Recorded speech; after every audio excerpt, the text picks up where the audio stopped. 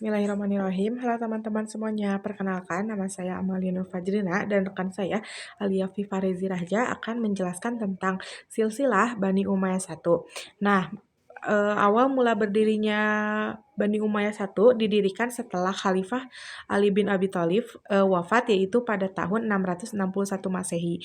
Nah, Muawiyah bin Abi Sufyan yang merupakan gubernur Syam dan berasal dari keluarga Umayyah mengambil alih kekuasaan dan mendirikan kekhalifahan dengan pusat di Damaskus pada 40 Hijriah. Silsilah Khalifah Bani Umayyah yang pertama ini mencakup para penguasa dinasti Umayyah yang berkuasa setelah wafatnya Khalifah Ali bin Abi Thalib pada tahun 661 Masehi hingga berakhirnya dinasti ini di tangan Abbasiyah pada tahun 750 Masehi. Jadi, khalifah yang menjabat pada dinasti Umayyah I ini ada 14, yaitu yang pertama Muawiyah bin Abu Sufyan,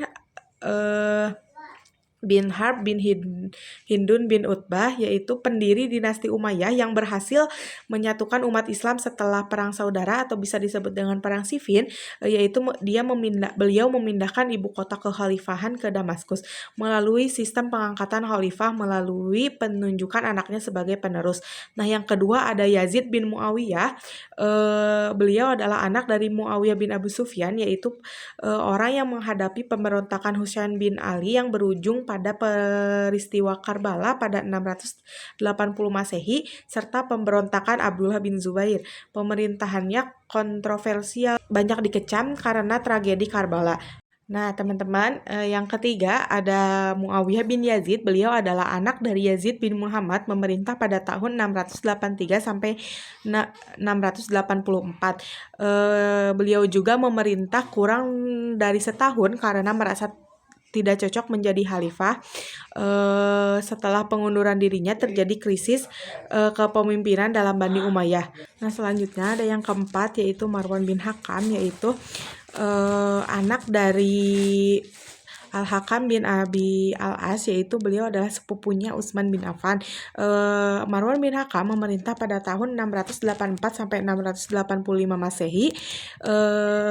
Marwan bin Hakam menyusun kembali dinasti Umayyah dari cabang keluarga lainnya setelah kekosongan kekuasaan.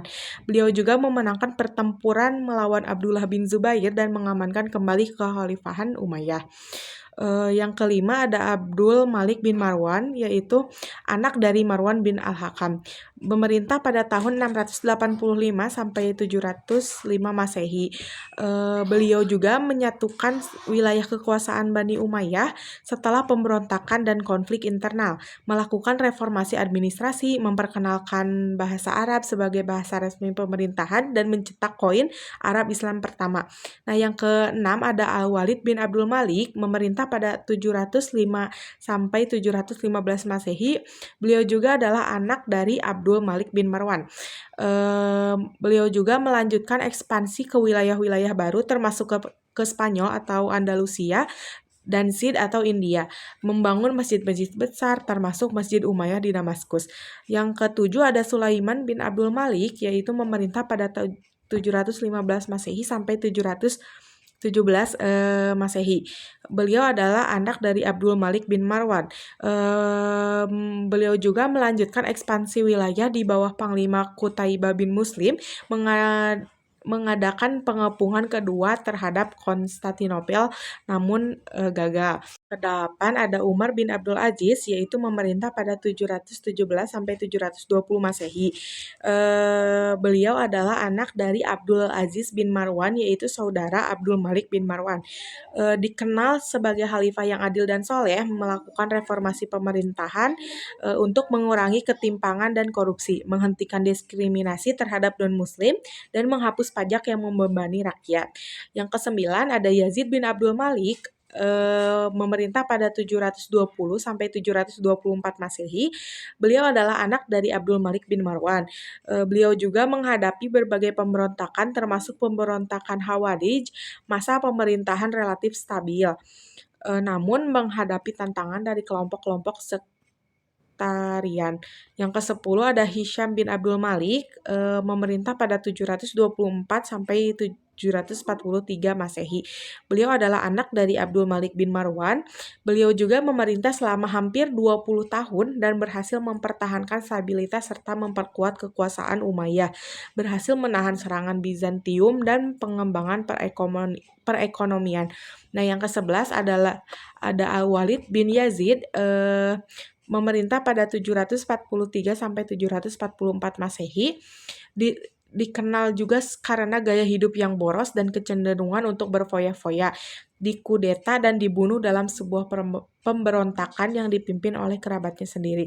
Nah, yang ke-12 ada Yazid bin Al-Walid atau Yazid III, memerintah hanya setahun yaitu pada 744 Masehi. Beliau juga berupaya untuk memulihkan moralitas pemerintahan, memerintah hanya beberapa bulan sebelum wafat.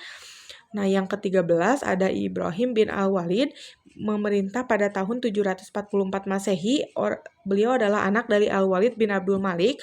Beliau juga memerintah hanya selama beberapa bulan dan menghadapi kestabilan internal. Diturunkan dari kekuasaan oleh saingannya yaitu Marwan bin Muhammad. Nah, yang terakhir adalah Marwan bin Muhammad, yaitu beliau memerintah pada 744 sampai 750 Masehi. Beliau adalah anak dari Muhammad bin Marwan, yaitu adiknya Abdul Malik bin Marwan.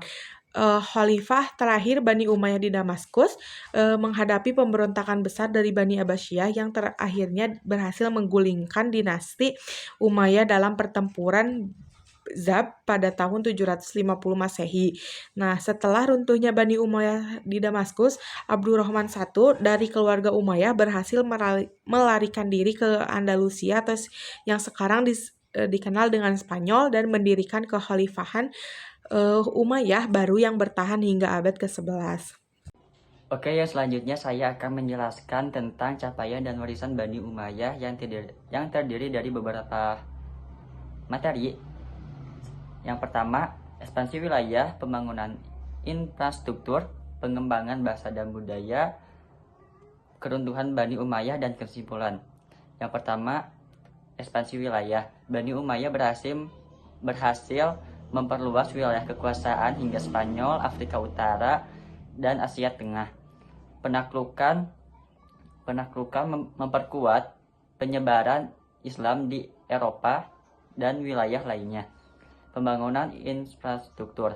Mereka membangun berbagai infrastruktur penting termasuk jalan, masjid, dan kota-kota baru seperti Kairo dan Cordoba. Pembangunan ini mendukung pertumbuhan ekonomi dan sosial. Yang selanjutnya ada pengembangan bahasa dan budaya. Bahasa Arab dijadikan sebagai bahasa resmi dalam administrasi dan pendidikan yang membantu penyebaran ilmu pengetahuan dan budaya Arab di seluruh wilayah kekuasaan mereka. Keruntuhan Bani Umayyah. Namun pada tahun 750 Masehi, dinasti ini mengalami keruntuhan akibat pemberontakan Abbasiyah. Banyak anggota keluarga Bani Umayyah dibunuh atau melarikan diri. Meski demikian, beberapa berhasil bertahan di Spanyol dan mendirikan Emirat Cordoba. Yang terakhir, kesimpulan. Secara keseluruhan, Bani Umayyah memberikan kontribusi besar terhadap perkembangan budaya, politik, dan ekonomi dunia Islam. Warisan mereka masih dapat dirasakan hingga saat ini. Mungkin cukup sekian yang bisa saya sampaikan. Mohon maaf apabila ada kesalahan dalam penyampaian. Ditutup saja dengan doa. Rabbana atina fid dunya hasanah wa fil akhirati hasanah wa qina adzabannar. Wassalamualaikum warahmatullahi wabarakatuh.